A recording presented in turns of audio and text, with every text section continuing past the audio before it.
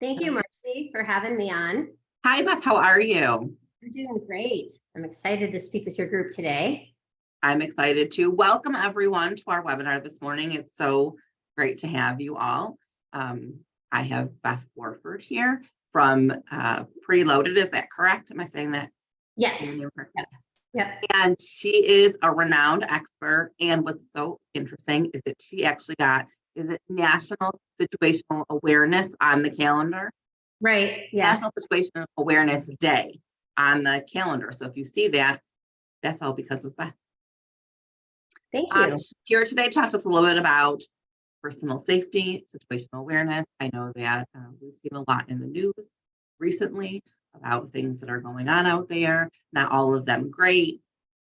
A notary, a realtor, appraiser, CPS worker. If you're someone who goes into people's homes on a regular basis, that puts you, I think, in a little bit more of a precarious situation sometimes. I think Beth will touch on that as well.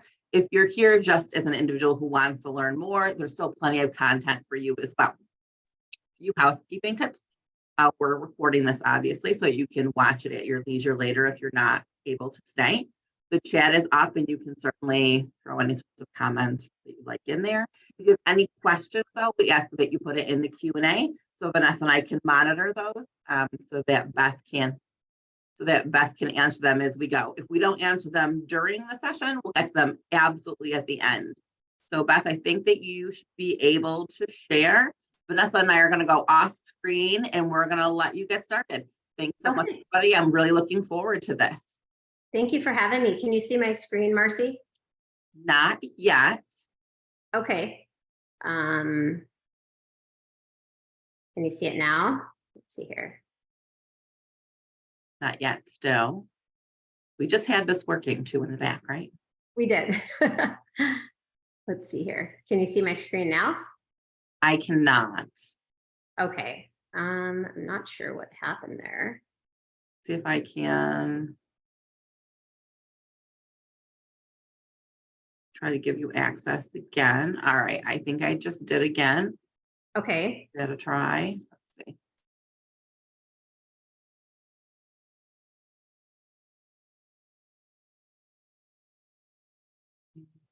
Can anyone out there see Beth's screen? Maybe I have a different view and I can't see it. So I want to make sure that I'm. No, I don't see it either. No, Vanessa, right? You don't see it either. No.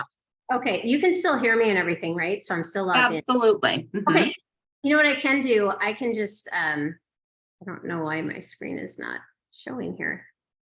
What I can do, I can just give my presentation and then, unless you want to see my slides. Yeah, no, we're okay. We're happy. Okay. All right, here we go. Experts agree that body language is over 90% of all communication. Did you know that criminals target you based on what your body language is saying? Are you distracted? Are you looking at your phone when you're walking to and from your car? So today I'm going to teach you how to change your body language to not be a hard target or to not be a soft target. We're going to teach you how to be a hard target. So the first thing I'm going to teach you how to do is the power pose. I want you all to put your hands above your head like this, or put your hands on your hip, like Wonder Woman or Wonder Man, Superman, sorry. And I want you to hold this pose for 2 minutes. But Amy Cuddy, a social psychologist at Harvard, studied this posture. And she took saliva samples before and after doing the power pose. And she found that doing the power pose for 2 minutes increases your testosterone and decreases your stress levels. So this is an absolute fake it until you make it pose. So the next time you're stressed out, about anything that you have to do the power pose. It increases your confidence and you feel awesome.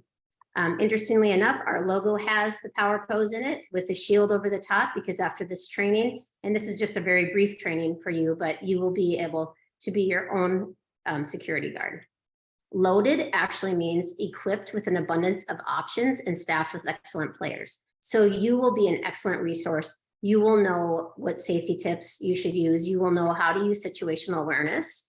And this training is all about confidence, because who wants to have something happen to them, right? I mean, I'm going to talk a little bit later about criminals and who they are, but the one thing that I do know with talking with a lot of survivors, after something has happened to them, it really brings them back down very far in their life. So today I'm just going to touch on a little bit of predators and common tactics, situational awareness skills, verbal defenses and personal space, defensive hardware, and a little bit of martial arts, and then urban safety tips. So the mindset that something could happen to you equals you're better prepared to deal with it. So be proactive to reduce your vulnerability. And today we're going to develop a real quick safety plan for you. And we feel at Pretty Loaded, it's better to have the skills and not need them than need the skills and not have them. So how many of you can guess the average response time by law enforcement? And I don't know if I can, is anyone going to say anything? I will say 3 minutes. Okay, it's actually 10 to 15 minutes is the average time. And around the country, there are some no-go zones, so the police don't go there. But the truth is the average encounter is over 9 seconds and help is minutes away.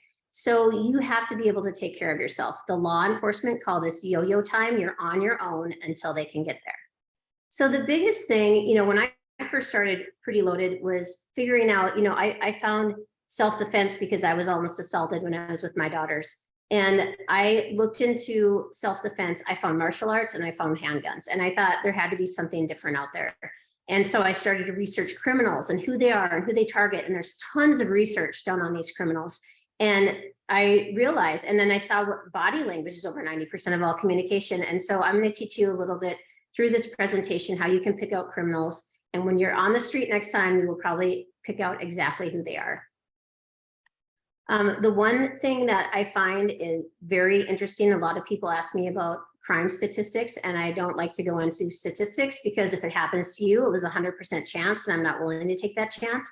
The one thing that is a little bit scary is that 10 to 20% of the population claim to be opportunistic predators. So if they can get away with it, they will absolutely do it. So what is the chance that you might cross the path of an opportunistic predator at some point in your life? It's possible, but I'm going to teach you what you should do and what you should not do. So you need to understand the body language that makes you a soft target. The Grayson Stein study was done in 1984, and they took thousands of pedestrians walking in New York City, and they showed this video to thousands of criminals, violent criminals. And they said, okay, who would you pick out as a victim from this video? And in less than 7 seconds, they all picked out the same targets. They did not pick out just women. They picked out men too. They did not pick out people based on their race or ethnicity, anything like that. They picked out slow walkers, people that had little or no eye contact. And I'll talk to you a little bit more about that. They picked out people that had kind of a funny gait. They picked out people that were just distracted.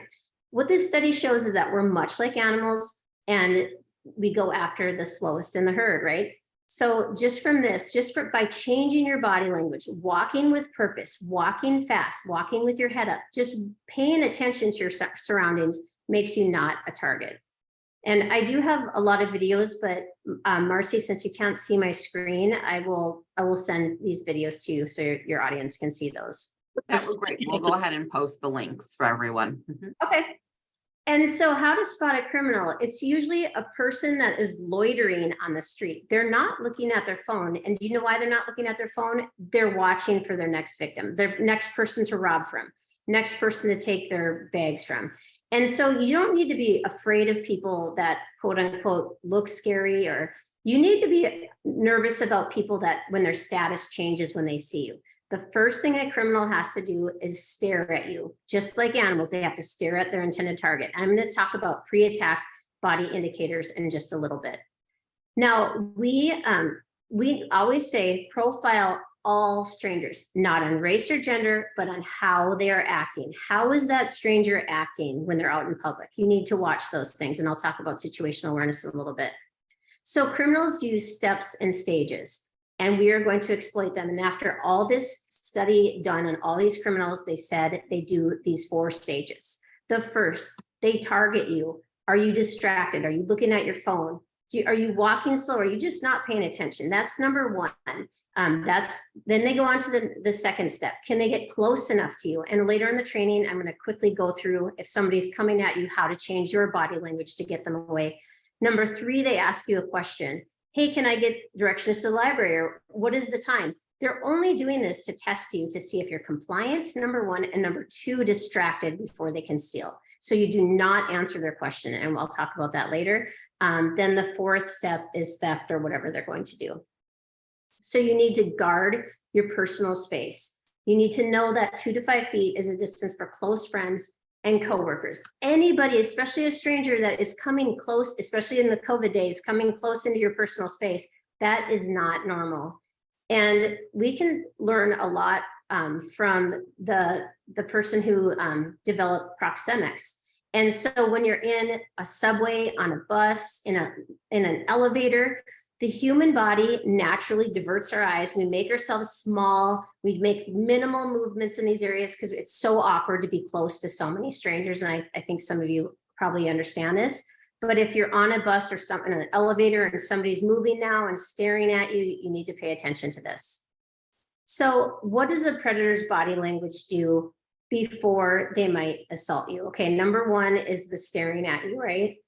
Number two, you can see shallow breathing. They avert their gaze kind of, and then they stare back at you right before they do something. Nostril flaring, clenched fists. If you watch this, they'll be clenching their fists. They can't just go from their arms crossed, their legs crossed to all of a sudden, stealing from you or jumping on you. Bending their knees, sometimes bouncing on their feet, jaw clenching, shoulders go up and arms come back to look like they're bigger before they might hit somebody. Arms into right angles, blading the body, and then a leg moves back. So the first step, again, is staring at you. If somebody stares at you, what we want you to do is we want you to look back at them with strong eye contact. And with your eyes, I want you to basically say, I see you, I know who you are, not me, not today. I don't want it to be an aggressive look, but I want it to be a strong look. This alone sends criminals and predators to the next target. They know that you are too much of a fight. Even Ted Bundy admitted to this. If a woman had strong eye contact, he would not go after her, or a man as well, not Ted Bundy, but so situational awareness. How can we use situational awareness to navigate our surroundings? The person who developed situational awareness, he developed for the Marines in World War II, and he said this is more important than martial arts or firearms. It's because you see things coming and you can get out of the situation. You're not in a fight. And situational awareness is it's the foundation of your personal safety, and it focuses on conflict avoidance. And also, did you know that the number 4 cause of death in America is accidents? Because people are not paying attention to their surroundings. They're texting while they're driving. They walk into the middle of a road. It used to be the number 3 cause of death. And so just by paying attention to your surroundings will save you from accidents. So you need to look for things out of place. What doesn't seem in place, okay? And I'm gonna talk a little bit about intuition real briefly later. But if you see something out of place, or if you see a person and you just get a bad feeling about them, absolutely trust your gut. Your intuition is your highest form of intelligence. And if something does not seem right, something seems wrong, they have done studies on just showing people pictures of people, and they say, okay, is this a good person, or has this person committed a crime? And like 99%, they can accurately pick out a person's facial features, just whether they are a good person or a bad person. And so next time you feel like you see somebody and they're like, oh man, that person is really weird, you need to trust that. And so with situational awareness, it's all about being aware. Because a timeline of an attack, if you see something like somebody crossing the street, you know they're staring at you and now they're coming at you, you have 1 to 3 minutes to still get away from that person. You can cross the street, you can go into a store, find a bunch of people around, you have a lot of time. Even if you have 30 seconds and you notice like somebody's making a beeline towards you, you can transition to Nike, get out of there. But if you're not paying attention, you have 3 seconds and you'll most likely be surprised and you'll freeze. And that's the wrong thing to do. But you will not freeze after this training because you'll have the mindset to know what to do. So this is all about making good decisions. Okay, the best decisions. And the situation, your environment is not within your control, right? So if you go into a pharmacy and now all these strangers come in and they're scaring you, that's not in your control because you can't control the environment. But your awareness of what you do next, whether you're present or distracted, is completely within your control. So I have an awareness video, but I will send that to you as well later. It tests your awareness. So the Cooper's color codes are white, yellow, orange, and red. When you are in public, Condition white, this is unaware, distracted, the criminal's perfect target. You're looking at your phone, you have high heels on, you can barely walk. This is who they go after. This is not you ever again when you're in public. Condition yellow, it's a relaxed and alert state of consciousness. You're just scanning around, you're confident. You're not expecting to be attacked today, but you're just aware, just like our grandparents were. You are difficult to surprise, so you're difficult to harm. And this is what I want you to live in public. Condition orange is when a person or event, maybe it's a car coming down the road or a fire or something alerts you. This is when you have to come up with a plan now. This is when you have to get out of the event. This is when you move. This is when you don't freeze. Condition red is your safety is threatened right now. It's go time. You have to react now, whether it's running or fighting. And I'm going to teach you just a couple fighting techniques at the very end here if we have some time. Keys to situational awareness. You need to be aware 360 degrees around you when you're out in public. You can use the windows to look and see who's behind you. You can look in car windows. There's all sorts of things that you can do, or just turn around and kind of notice what's going on. You need to live in condition yellow at all time. You need to watch people, things, what looks out of place. You need to watch their hands. So you need to watch the eyes, because the eyes give away what they're going to do. If they're going to steal from you, they're staring at your purse. If they're going to do something to you, they're staring at you. But you need to pay attention to the hands, because the hands do the harm or the hands steal. When you're waiting in public, pick safe places to wait. And I think, do you have subways in Rochester? I know you're all over the nation, but don't wait right next to the platform on the subways.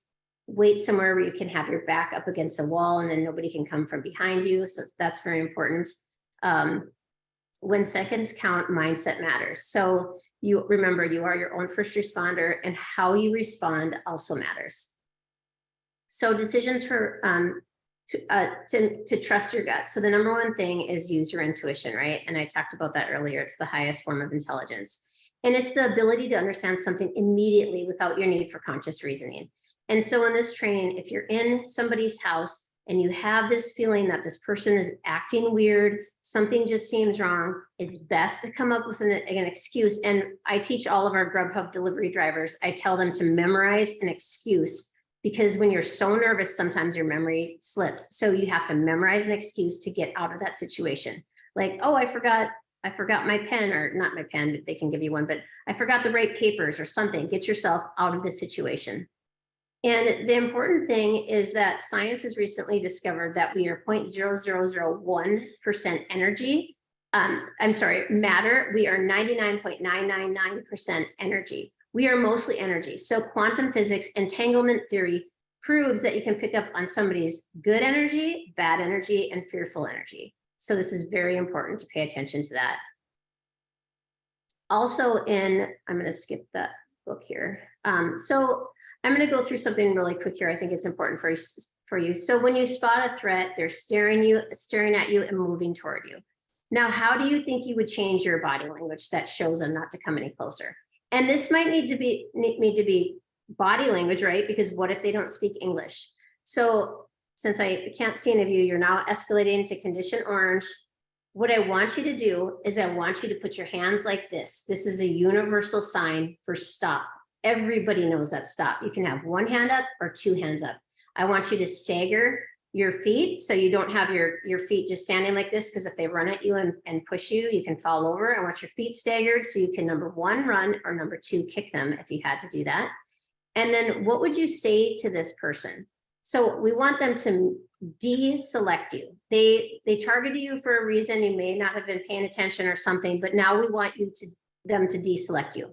You say stop, and you say, I can't help you, move back, right? Or sorry, sir, I can't help you. Sorry, ma'am, I can't help you. And that's actually polite and it's closed-ended. I want you to hold your hands right here. The reason your hands are here is because if they're getting any closer to you, you can block if they're trying to hit you. And it's a very quick block right here. Your forearm is incredibly strong. I mean, just try to have somebody hit you and block like that. I want you to not just stand there. I want you to move to the left or right. The military calls it moving off the X, because if somebody is running at you, if you move to the left or the right, it takes away 60% of the blow. But I do not want you to back up. I don't want you backpedaling because that's very submissive. So what we want you to do is show your command presence. Your voice has to be strong. And especially for women, all of the people that I've trained, sometimes they don't have that command presence where they're not used to yelling. And so you need to practice this. Stop, back up. I can't help you. And honestly, criminals have admitted to people that swear, they have more of a fighting personality. So they tend to back away from people that fight. So if you need to use the fire truck word, you certainly can. But how most people react is like this. They're stressed out and nervous and they freeze, and that's the wrong thing to do. That is not what you're going to do. So we believe the best fight is the one you are never in. Moving away from the threat is the smartest option. And always wear something that you can run in. You know, don't wear, if you're going to wear these high heels or fancy Italian shoes or whatever it is, maybe just put them in your bag and wear good shoes when you're going to and from a house or to and from a restaurant. And then you can always change into those fancy shoes when you're in a restaurant. So I'm going to talk just a little bit about what you could carry on you. We call it everyday carry. And we always say 2 is 1 and 1 is none. So if number one, you have the mindset now, you know some of this training and you understand how predators operate, but can you carry something on you when you're going into these homes? The first thing I want to show you is this tactical pen, and it has a flashlight at the end, and it also has a very pointy bezeled end right here. This is anodized aluminum. You can strike somebody with this, and I'm going to show you a little bit later where the weakest parts on the human body are. So if you had to, you could use this pen as a weapon. The other thing, industrial door jams should be on you. I take these to hotels. I train a lot of businesses to have industrial door jams, because if there would be an active shooter, they can shoot the door in, kick the door in. If you have an industrial door jam and you put it right in the middle of the door, nobody's coming in that door. Another thing is pepper gel. This is Saber Red. This is 10 ounce. This shoots 25 feet. This is marked with orange. It'll take down 3 people. So this is a good home defense thing to have. This is also a good office defense item as well. A tactical flashlight. I like the one with a key ring. And one thing for the real estate agents or notaries that are on here, make sure you put your car keys in your pants pocket. I'm not sure, I don't recommend taking purses or anything like that into anybody's house. I would take your car keys with you though, and put them in your pants pocket, something that is tight, because when you are startled, it's called the startled reflex. When you're really scared, you'll drop everything and run, and you don't want to leave your keys in somebody's house. So make sure before you go in, you have them somewhere tight. This also is really good because it's a tactical flashlight. This can temporarily blind someone. It's also great to use during the daylight. It's that strong. It can temporarily blind somebody during the day or the night. I like, for the kids that are on here, just a simple comb. You can carry this in your back pocket, and you can strike across somebody's face, across their neck, and across their arm. This hurts like hell if you actually take a comb and do that to somebody. Another thing we recommend is the Nevo bat. This is 1,000 lumens. This temporarily blinds in the daylight. It's a great home defense tool, or some people can carry that on them as well in their purse, but I don't recommend that.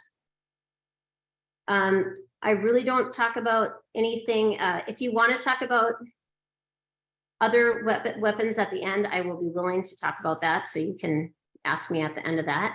I do want to talk a little bit about where you can strike on the human body. And when I was almost assaulted, I decided to take Krav Maga because I knew I needed to learn how to fight. So the top things are really the palm strike, and I have videos on this as well. So you don't ever want to punch somebody because you're just going to break your bones. So you want to have an open hand like this, and it's easy. If you're just standing with your hands like this and you're saying stop and they're coming at you, I want you to hit their nose like this and push it to the back of their head. And this works so effectively because number one, it hurts like heck. And number two, it makes your eyes water. It's just enough to get away. I will never teach you anything, to kill somebody or anything like that. These are just things that you can do to run and then get away. The solar plexus is right here above your, right under your ribs, like right between your ribs. If you punch somebody, your elbow is very strong. You can elbow them into the solar plexus. It makes them buckle over. Their eyes, a lot of survivors have scratched people's faces, but they've never gone stuck their fingers into their eyeballs. And the reason I talk about this is because I hear the worst of the worst stories of the people who did not survive. And you need to know that if you're fighting for your life, that you can do that. You can stick your hands in somebody's eyes. I always say high balls and low balls, so smackage to the package. Kneecaps, you can break somebody's kneecap with 15 pounds of pressure. So all you have to do is kick under their knee. Ankles, you can kick into their ankle, their kidneys.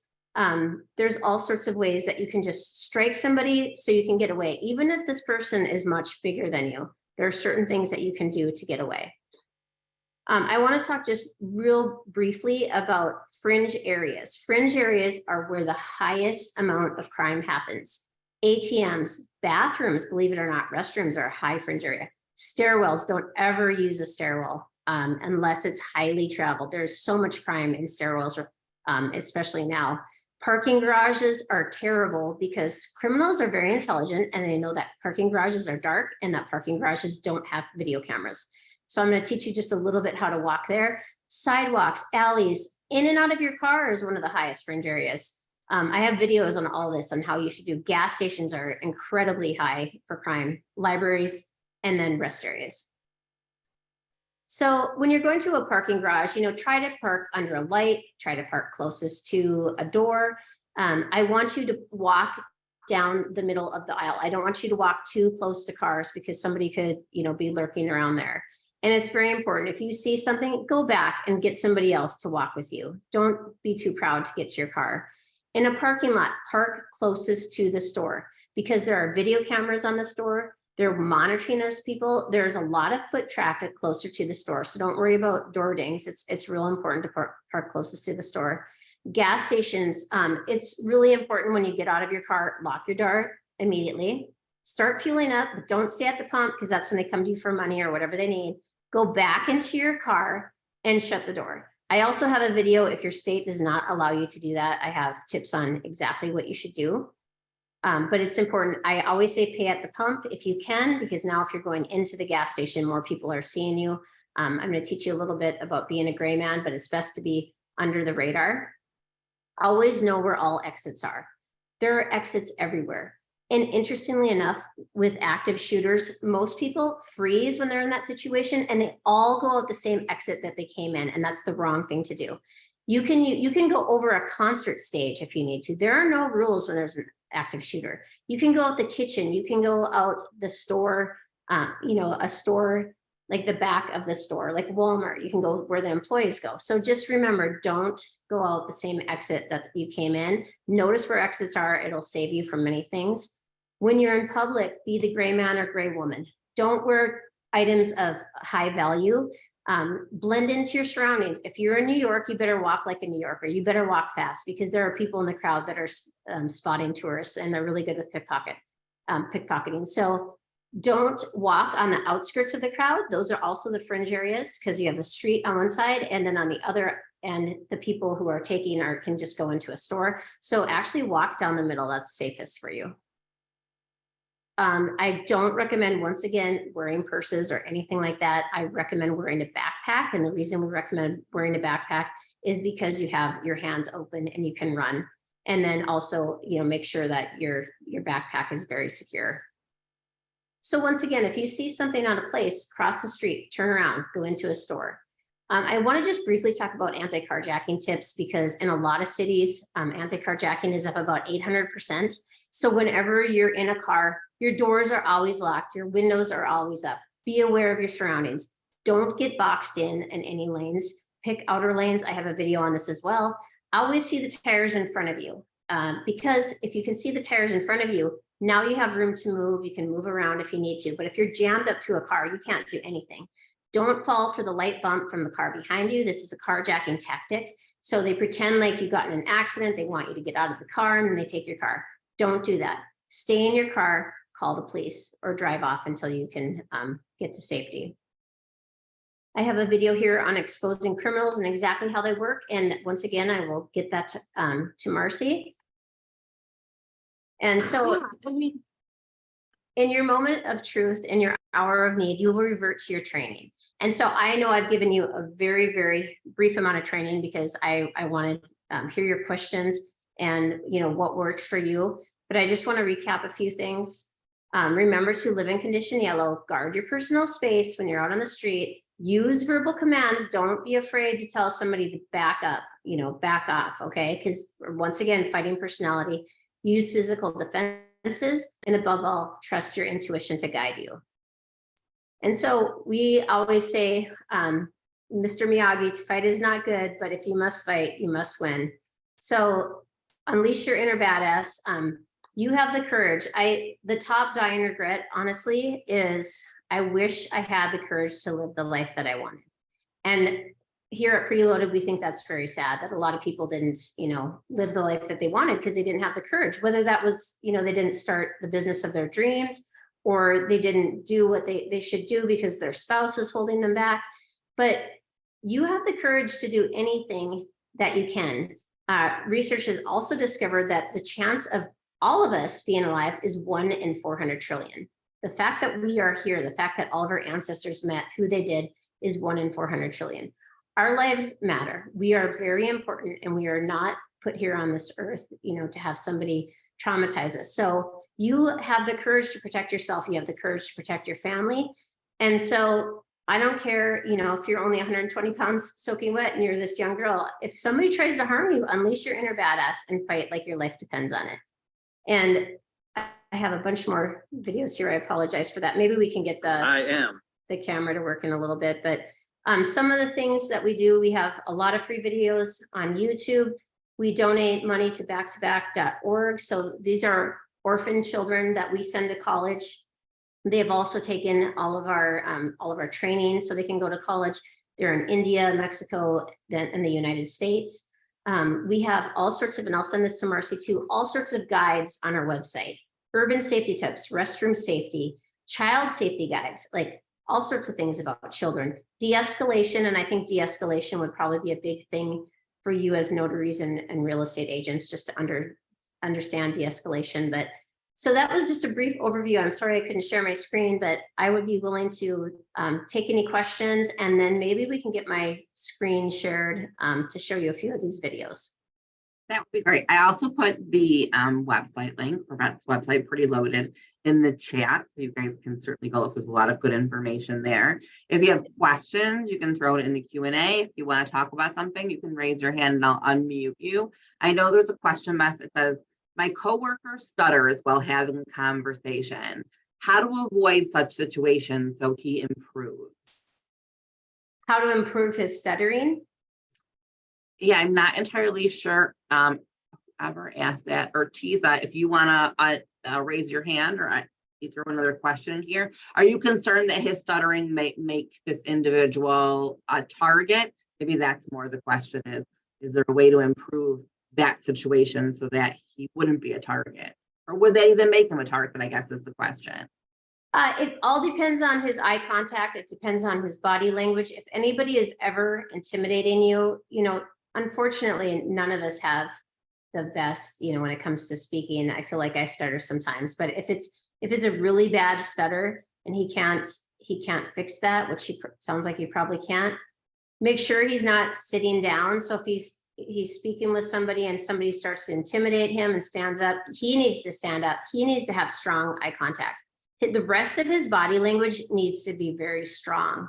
So he cannot come across as looking like a weak individual because he stutters. And I agree that some people are just mean and vicious and might pick on him for that. So he needs to focus on his strong eye contact and the way he holds his body. Make sure, he has one hand out, not both hands in, thumbs out of the pocket. So there's certain tricks that you can do. Don't ever put your hand on your neck. This is very submissive for anyone. So there's all sorts of tips that he can do with his body language to change that. Great. Anyone have any questions? I'll give you a minute or two. I thought what was great was talking about, not carrying a purse or, using a backpack. I am that person who doesn't like to make 3 trips from my car to the grocery store back and forth. So I feel like I always have my arms loaded with stuff. And I never thought that might make me a target. Same with when I have papers, when I go to do assignments. I always have a purse and a bag and papers in my hand. But I will rethink that going forward because I never have free hands. I hope that was something that the rest of you thought about as well, because that really hit home for me. So definitely appreciate that tip, Beth. I never would have thought about that. It's all about being a hard target. You are a hard target. You will be left alone. And so it's, any way you can put your papers in your backpack or anything like that. Try not to have, if you have to have your phone in one of your hands, that's probably okay, but it's best to have it in your pocket or somewhere. And someone said they did not know about the neck touching, and I didn't know about the neck touching either. I would have never thought of that as well. Real estate agents. So I'm not trying to scare anyone, but real estate agents are often targeted because they're attractive and they put attractive pictures of themselves. And you will find in the prisons that there are tons of real estate pictures just around because and so when they're doing like these submissive pictures, their hand here like this, or, different, or even both hands in, not showing your hand, that's submissive. Hand on one of your hips when you're taking a photo, that shows that you're strong, you're confident. Having one hand out, both hands out, that shows that you're strong and confident. So these criminals really go after body language and they target people based on that. So I focus a lot with real estate agents and what they should be doing with their pictures. They cannot be, too sexy or too submissive whatsoever. Great.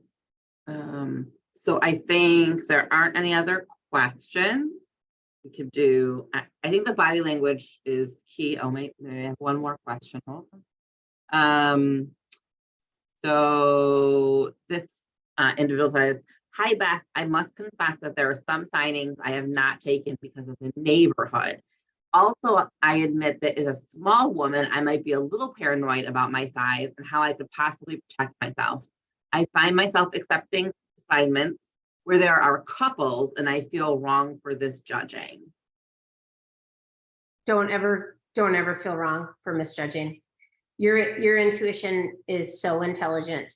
And so when your body tells you that something's wrong, these people are acting weird, or, and honestly, I think as a woman, I think sometimes women just feel more afraid because we should in a lot of ways. But I think you need to trust your intuition. I think for you need to come up with something of how to get in the situation. I didn't get the rest of that. She just feels like she misjudges people. I think she feels like, she's being judgmental, but I'm going to jump in and say, I don't think that's the case at all, no, right? You, especially as an independent individual, you have the option. I mean, you're not discriminating. You're concerned about your personal safety, right? And I think there's a difference between concerned about your safety and being judgmental. I mean, you're not judging the person per se, right? You're judging your situation. You are judging. Talk to that a little bit more than that. Absolutely. And we all profile, we all profile on, oh, that person's attractive, or look at that cute little kid, or, it's okay. All of the large security systems, all law enforcement, they all profile. Once again, not on race or ethnicity, but on how you're acting. So when she's in these situations and she feels like she's being judgmental, she's not. Don't do that to yourself, because that's where people get into a lot of trouble. Trust your intuition, and then notice pre-attack body indicators. Are they doing anything? Are they clenching their fists? Are they staring at you for too long? That's creepy. That's really weird. If you get that feeling. Also, micro expressions can be picked up in 1/25th of a second. So I always use this just as fun, but like when you go in for, Christmas holiday and you're with your whole family and you looked at your sister-in-law and you thought to yourself, did she just glare at me? She did. She just glared at you. You have to trust micro expressions. Micro expressions give everything away. So if all of a sudden you're like, man, did that guy glare at me? Did he look at me funny? He did. He absolutely did. Trust your intuition. The other thing, Malcolm Gladwell, he studied the truth default theory. And unfortunately, most of us, when we meet a stranger, we fall into the truth default theory. We think that everybody is good because we're good. So we operate on these good feelings, but that's not true. You need to be skeptical when you're meeting somebody new. And it doesn't mean that you're rude to them or mean to them. You just do not trust people right away until they earn your trust. Yeah, and I'm going to say when it comes to going to particular areas, I think that that's just being cognizant, right? Being aware of where you're going. I mean, I certainly Yeah. think that there are some areas I wouldn't go to at night, right? But I would go during the day, or some areas that you don't go at all. I don't think that that's being judgmental. Again, I think that that's just being concerned for your personal safety, and not putting yourself in a position where something could happen, right? And that's a little bit about, changing the situation. Can you have them meet you someplace else in a public place, right? Like a There Dunkin' you go. Donuts. And granted, I understand that not every occupation allows it, and maybe the person who hired you doesn't allow it, but having a conversation, and I'm sure Beth would agree with this as well, with whoever's hiring you, hey, this isn't the greatest area, you know what I mean? It's high crime or whatever that might be. It might be safer to, meet someplace public. I think that most companies who are hiring you would feel your personal safety was important, right? And if they don't, well, then my personal opinion is probably not a company that you want to work for, right? But I mean, Yep, exactly. And that's what I teach all the Grubhub delivery partners. If they don't feel safe in a certain area, and I always tell them, don't take the order, don't take the delivery.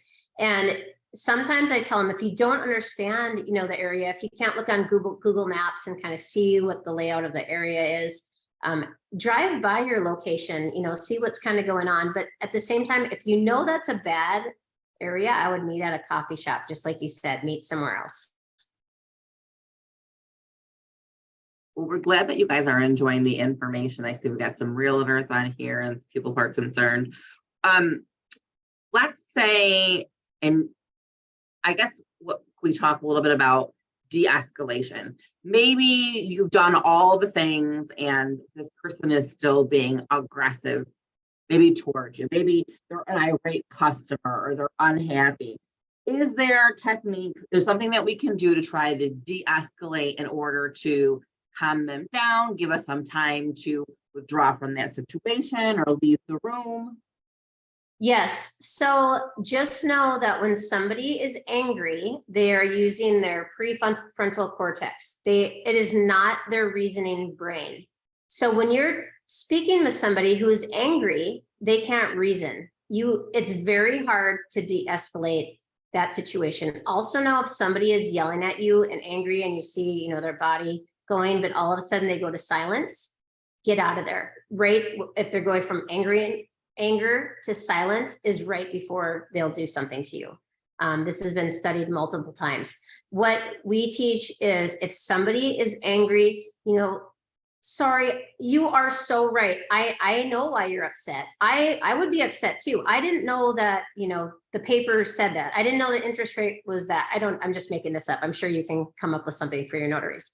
You are so right. I'm going to fix this. I'm going to go to the car right now. I'm going to call my manager or whoever it is, and then I'll be right back. But you don't come back, right? You go to the car and you leave, because nobody should be yelling at you and angry with you, because that usually turns to something very bad. But just, you are so right. I can see why you're angry, and make them feel like, yeah, you're right. I am angry, and then just find a way to fix it, but get out of there and, kind of say, I'm coming back to you. That's what we do with Grubhub. We tell them that we have the wrong order and I'm going to go to the car and get it and I'll be right back. But then they don't go back. They don't go back to the house. That's a great tip for those of us who enter houses and we're sort of there. Does anybody have any, not questions maybe even, but scenarios that they've been in, they felt uncomfortable and want clarification, or maybe you have a scenario in your head that you think, I wonder what would, if this might happen. I mean, sometimes I joke when I go out into the country and the house is way far in the back and it's all wooded. I always tell my friends, if you don't hear from me in a day or two, I'm probably chained up in the basement. So call someone. It's a running joke and it's not a funny joke anymore based on what goes on out there.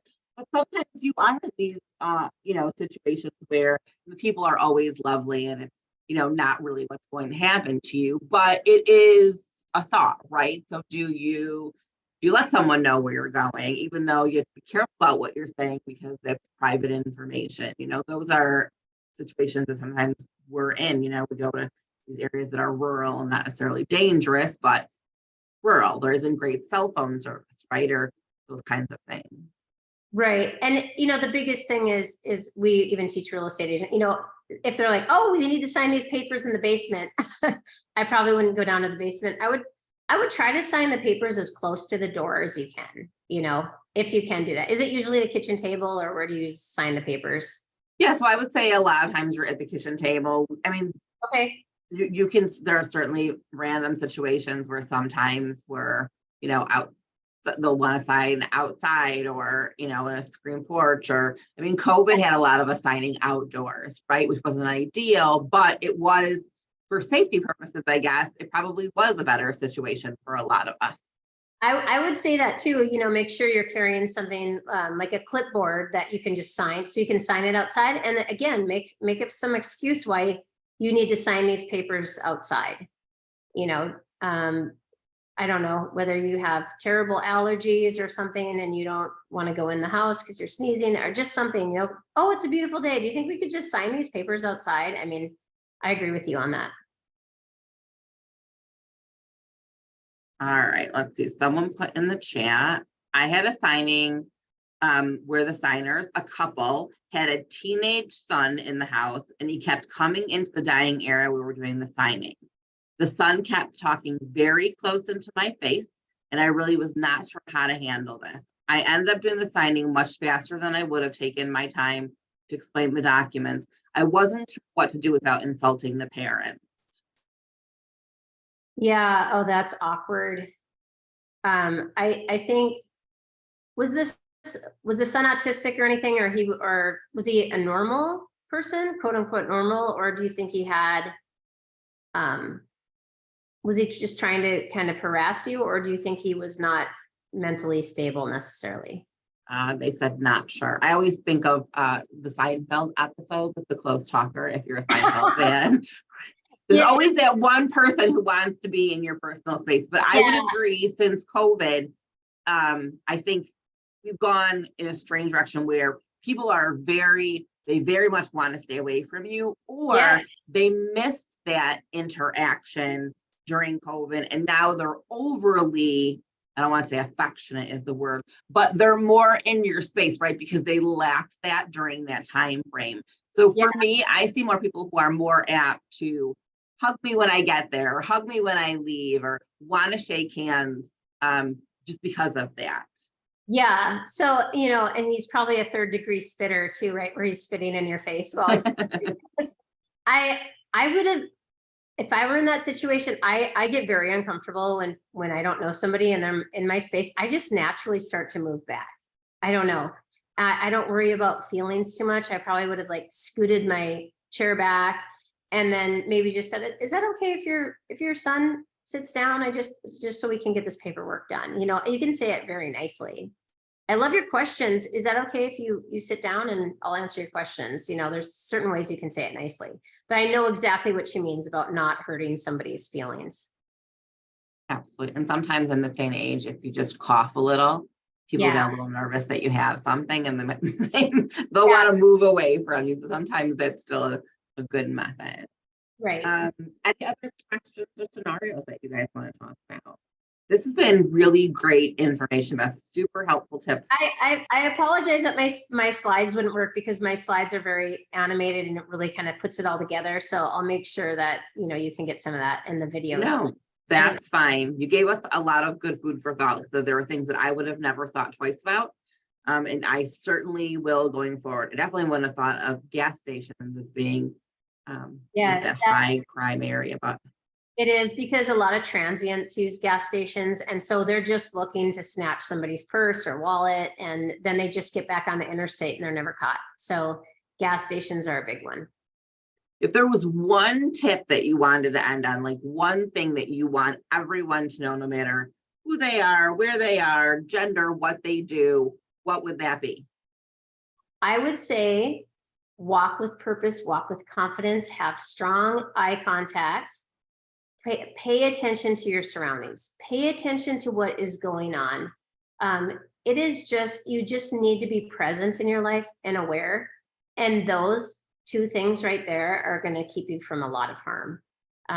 Because there are so many things, so many freak accidents, and that just happen. And it's not necessarily a criminal, But if you're just not paying attention, and you fall down the stairs or you do all sorts of things, it makes it also with using situational awareness. It's not only looking for the bad, but I don't know how many times I have helped old people up off the street who have fallen down. I've helped ladies who can't get the door open and they're pregnant and they have a baby in a little carrier. And I'm constantly helping people, and it seems like everybody is just buried in their phone, and nobody's being a human. Nobody's being, loving anymore and helping others. So I feel like it makes you a better person just in general if you're aware and present when you're out in public. That's a good point. I think we see a lot of people buried in their phones, right? And I'm gonna not say that's not the case. I can't walk and talk, so I barely use my phone when I'm walking, but I do. You'll be sitting somewhere and be on your phone and look up on occasion. Or Yeah. when I was at the airport, everyone at the airport was on their phone the whole time that I was there. And I thought, well, no, I'm looking at the board to see, but you see this right now today. And that is a good point, just general awareness. Right. The other thing I like to tell people is that if you are going only 55 miles an hour and you look at your phone for 5 seconds, you've traveled an entire football field. So I used to be the one who'd sometimes, just glance at my phone, but then you just see the amount of car accidents and people dying just from looking at their phone and changing it. The safest amount of time you can ever look at your phone, well, depending on how fast you're going. If you're going too fast, don't ever look at your phone. But the safest you can look away is like up to 2 seconds. That's it. Don't be stuck in that where you're like, oh, I just got to take care of this. Pull over and look at your phone, because it can cause, so many problems when you're driving. I've just seen so much of that. Yeah, Alicia said, my dad taught me walk like you know where you're going and you're late to meet someone, whether you know where you're going or not. And that's a great tip, right? Yes. Yep, it is. That's a great tip. And the other thing is there's improvised weapons all around us, right? So if you're in a gas station or somebody's freaking you out, go get a hot cup of coffee. Get the largest hot cup of coffee that you can find. You can use hot coffee to throw on somebody if you had to. I mean, if you're in Walmart, or I always tell girls and they're freaked out, I always tell them, go find somebody who works there, tell them that this person is creeping you out and have them walk you to your car. But when you're out in different places and you feel like you need to do something to protect yourself, always look for improvised weapons around, whether it's a chair or whatever you can find. Great tip. Beth, thank you so much again for this information. This was so informative. I certainly appreciate it. I put Beth's website in the chat. I will certainly forward the links to you. Like I said, this will be recorded, so we'll share it. But again, we're so grateful for the opportunity to have had you and get this information. We're going to share it far and wide so people get it. Thank you for all you do for keeping people safe. Thank you so much. Thank you. I hope you all have a good rest of your day and a good rest of your week. Thanks for coming. Thank you.